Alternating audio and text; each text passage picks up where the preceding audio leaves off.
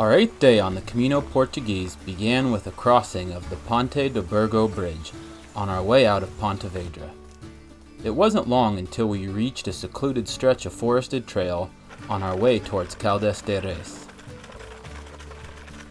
As we left the wooded area behind, the way took us through farms and vineyards, bringing all of my son's farm animal books to life.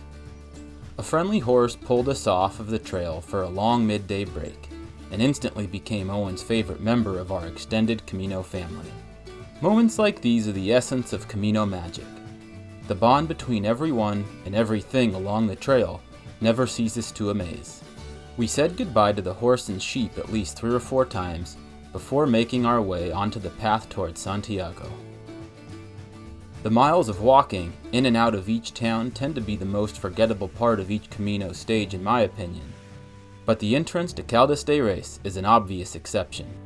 The beautiful approach over the Rio Umia was a fantastic stretch of walking, and brought us to our accommodations for the night in the enchanting medieval part of town. We started bright and early the following morning with the solemn excitement of our second to last day on the trail. As we made our way to Padron, we knew we were only 1 day away from Santiago. Much like the smell before rain, we could sense and feel the energy building amongst every pilgrim that we passed, and in every cafe that we entered. I remembered feeling this emotion along the Camino Frances, and struggled to put it into words when I returned home. It's like the warm feeling of a pleasant memory, combined with the loss of something you don't yet have. Observing that emotion on my first Camino was a personal breakthrough for me, as it really helped in slowing things down and taking in every moment. That pilgrim mindset is one of the most valuable things I brought home from Santiago on my first journey. As we walked along the dirt pathways leading out of Caldas de Reis, we enjoyed the company of pilgrims we had seen and spent time with over the past week. Even though we all walk our own Camino, it's hard not to feel like we're all in on a shared experience together. My son had found the perfect rhythm of walking, riding in his stroller, and hitching a ride on our backs. Having those 3 options helped break up the daily routine and allowed for on-demand naps and breaks, followed up by cafe stops with tortilla bocadillos, assorted baked goods, and beverages to keep us fueled up and ready to walk.